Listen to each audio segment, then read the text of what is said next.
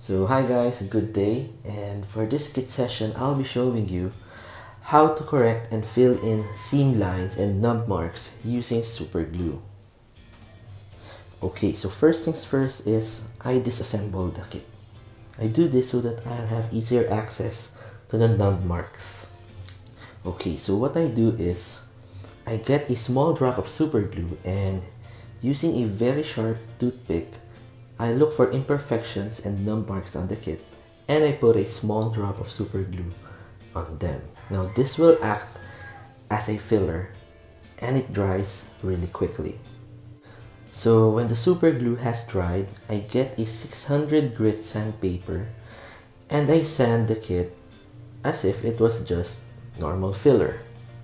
Now granted, it's a bit harder than normal filler, but it's better in that it does not shrink. Okay, so when I'm happy with my initial pass with the 600 grit sandpaper, I shift to a 1000 grit sandpaper to further polish the part. Okay, so sometimes there are parts of a kit that are hard to reach with a sandpaper. In this case, I use a hobby knife to scrape away at the dried super glue and demold separation lines.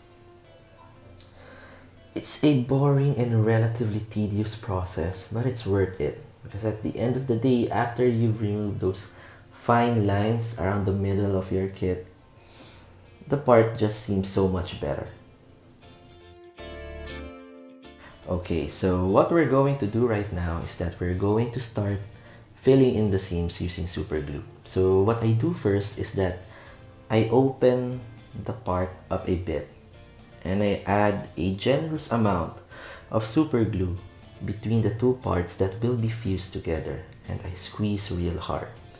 So I'm trying to remove the excess super glue so that the kit dries faster. Once dry, it's the normal process of sanding it with a 600 grit sandpaper and shifting to a 1000 grit when I'm done with it to further polish the part.